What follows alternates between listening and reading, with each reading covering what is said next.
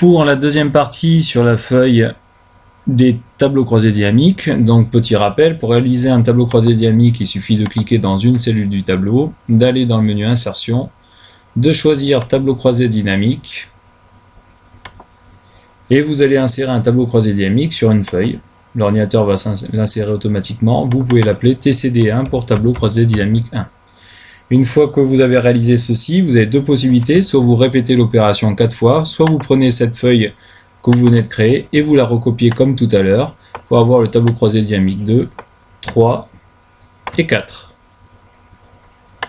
Donc au niveau des éléments dans le tableau croisé dynamique, ce qu'il faut se souvenir, c'est que les éléments que l'on veut afficher, on les met plutôt en étiquette de ligne, et les éléments que l'on veut calculer, on les met plutôt en valeur.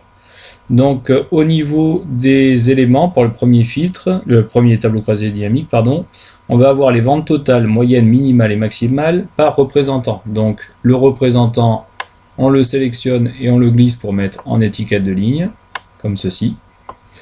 Vous pouvez aussi simplement cocher, mais des fois, quand on coche, ça ne se met pas toujours au bon endroit, donc sachez faire des deux façons. Pour avoir les ventes maintenant totales, moyennes, minimales, maximales, on a besoin de les mettre en valeur pour qu'elles se calculent, et on a besoin de les mettre 4 fois.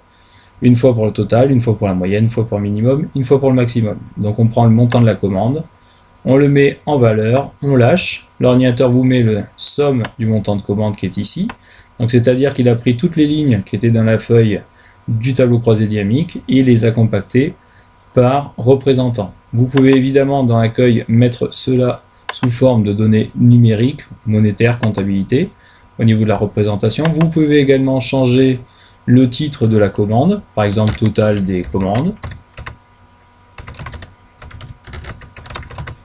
Voilà, donc ça permet d'avoir un titre un peu plus parlant. Et pour après avoir les autres éléments, on fait la même chose, on reprend le montant de la commande, on clique, on glisse une deuxième fois, et cette fois-ci on va mettre la fonction moyenne en faisant un clic droit et en synthétisant les valeurs par la fonction moyenne. Ensuite, pour le maximum et minimum, c'est exactement la même chose. Donc on a la moyenne ici. La même chose, on peut mettre un titre changé. Donc par exemple, on peut avoir une moyenne des commandes. Ça permet de réduire un petit peu la taille du tableau. Je reprends le champ montant de la commande une troisième fois. Je clique sur un montant, je fais clic droit et je vais pouvoir synthétiser les valeurs par l'élément minimum ou maximum. Donc je vais prendre min. Donc ici, commande minimale.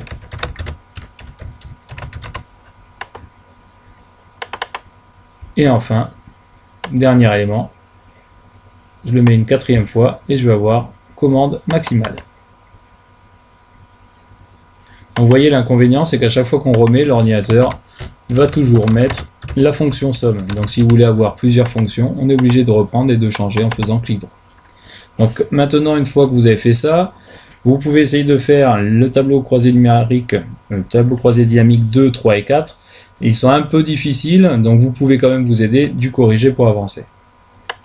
Alors, pour le tableau croisé dynamique numéro 2, on veut les ventes totales par trimestre pour l'année 2014 par représentant. Donc le champ représentant, on le coche, il va se mettre en étiquette de ligne. On veut les ventes totales, donc on va prendre les montants de la commande, on met en valeur, ça va faire les ventes totales. On peut de nouveau le mettre en format monétaire dans l'accueil, donc je vais mettre en format monétaire. Vente totale par exemple pour changer de titre. Et cette fois-ci, on ne veut cet élément que par trimestre et uniquement pour l'année 2014. Donc vous êtes d'accord qu'il va falloir avoir besoin des dates. Les dates, on ne veut pas les calculer, on veut qu'elles s'apparaissent pour voir uniquement les trimestres de 2014. Donc on prend les dates, on les met sous représentant. Là, l'ordinateur nous a pris toutes les dates. Donc pour pouvoir avoir cette information par trimestre, il faut faire clic droit, grouper, et on va grouper les éléments par trimestre. Vous décochez mois, vous prenez trimestre. L'ordinateur ici vous présente les dates auxquelles il va arriver, c'est-à-dire du 10 juillet 2013, la première date qu'il avait, jusqu'au 2 mai 2015, c'est la dernière date qu'il avait. Nous, on ne veut que 2014, donc on peut lui demander de mettre du 1er janvier 2014 jusqu'au 31 décembre 2014. Quand je fais OK,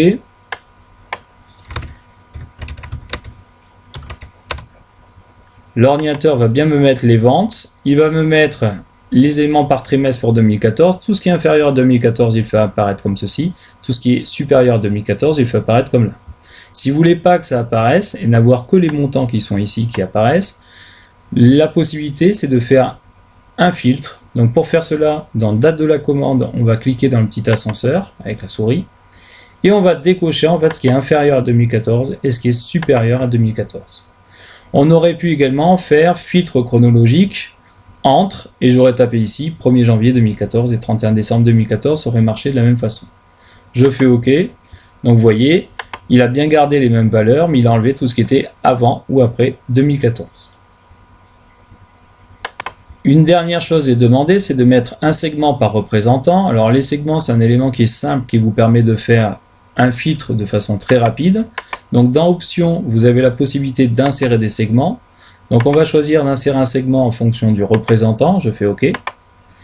Je vais avoir les représentants qui sont mis ici, mais en fait l'utilisateur pourra choisir le représentant ou les représentants. Par exemple, si je veux que Davolio, je clique dessus et j'ai les chiffres de Davolio. Si je veux les Verling et Peacock, je fais un clic et glisser et j'ai les deux. Si je veux Callahan et les Verling, j'appuie sur la touche CTRL. Là j'appuie sur Alt, excusez-moi, donc Peacock par exemple et Callahan, j'appuie sur CTRL et j'ai les deux éléments. Donc ça vous permet comme ça d'avoir les représentants désirés. Et quand vous cliquez sur effacer le filtre, et bien vous avez de nouveau tous les représentants qui apparaissent. Alors pour ce troisième TCD, le début est classique, on veut les ventes totales par représentant. Donc le représentant, on coche, il va se mettre en étiquette de ligne. Le montant total des commandes, on va le mettre en valeur. On peut de nouveau le mettre en forme monétaire pour la présentation. Je vais mettre ici total des commandes en titre. N'oubliez pas, hein, j'ai choisi total, mais si dans l'énoncé on veut un autre élément, on peut mettre moyenne, min, max. Et en plus de l'avoir en euros, on veut l'avoir également en pourcentage. Donc on est obligé de reprendre le champ montant de la commande une deuxième fois, on le met de nouveau en valeur. L'ordinateur va de nouveau me le mettre en format monétaire, c'est normal. Je fais un clic droit. Donc c'est un élément, le clic droit, qui vous permet de trouver à peu près tout ce que vous voulez. Et vous allez cette fois-ci afficher les valeurs en pourcentage. Donc on veut le calculer en fonction de quoi? Du total général. Quand on vous demandera de faire les pourcentages, vous prendrez le premier pourcentage du total général. Il y a un autre élément qui peut être intéressant, c'est quand vous voulez classer également des valeurs, vous pouvez classer du plus petit au plus grand, du plus grand au plus petit ici. Donc là, pourcentage du total général, vous cliquez, vous avez l'élément qui apparaît. Si vous voulez trier cet élément, clic droit, tri, et je peux classer par exemple du plus grand au plus petit. Et comme ça, j'ai les valeurs qui vont se mettre du plus grand au plus petit à ce niveau-là. Pour que l'utilisateur puisse choisir simplement un pays, je vais penser à mettre un segment. Donc je vais insérer un segment au niveau du pays. Et comme ça, quand je vais cliquer sur un des pays présents, par exemple, si on est présent aux États-Unis, hop, j'ai les vendeurs des États-Unis avec la somme des montants de commandes qu'ils ont réalisés, et pour le Royaume-Uni, la même chose.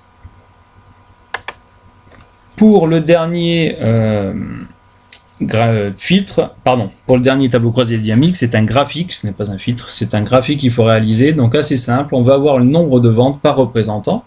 Donc on prend le champ représentant que l'on va cocher, et pour connaître le nombre de ventes, vous prenez en fait n'importe quel champ. Alors je vais prendre le champ montant de la commande, ou date de commande, ou numéro de commande, parce que vous êtes d'accord que sur chaque commande, il y a un numéro de commande et une date de commande. Alors si je prends le numéro de commande, l'ordinateur va me faire la somme des numéros de commande.